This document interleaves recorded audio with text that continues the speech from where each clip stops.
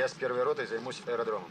Фильм «Приказ перейти границу» рассказывает о войне с милитаристской Японией в августе 1945 года. Бой с укрывшимися японцами проходил, согласно сценарию, на территории Монголии у границ с Китаем, а снимали этот эпизод в 1978 году в Цугале на фоне еще не восстановленного буддийского храма.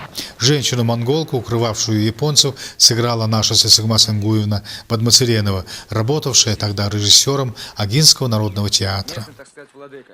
Он и его мать владеют этими землями. Они бесконечно рады приходу Красной Армии. Японцы были жестокими. Обижали бедных баргутов. Даже священный храм пришел в запустение. Спроси, нет ли поблизости японцев? And япончууд ойрбайнов? Завзгин агулхин метху? Японцы бежали, трусливо бежали. Никаких следов. Русские офицеры уже проверяли. А сама княгиня безмерно счастлива, что пришли освободители. И просит принять подарок 100 баранов. А это еще зачем? Скажи, что не надо никаких баранов. Берите, берите, у них здесь свои обычаи. От подарков отказываться нельзя. Берите. Сережкин! Я? Это по вашей части. Займитесь. Ну, товарищ старший лейтенант!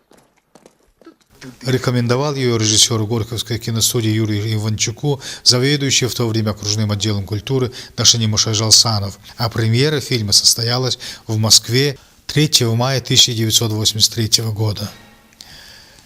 29 мая в актовом зале Национального музея состоялась встреча с Цесыгмой Сенгуевной. Собрались вместе самые близкие ее друзья и вспомнили события более чем 30-летней давности. Это члены фольклорного ансамбля «Гуломта», работники Агинского центра досуга и, конечно же, сотрудники Национального музея, где Цесыгма Сенгуевна продолжает работать и по сей день. В ее адрес были высказаны благопожелания, вручены подарки, так как этот год для нее явился годом юбилейным.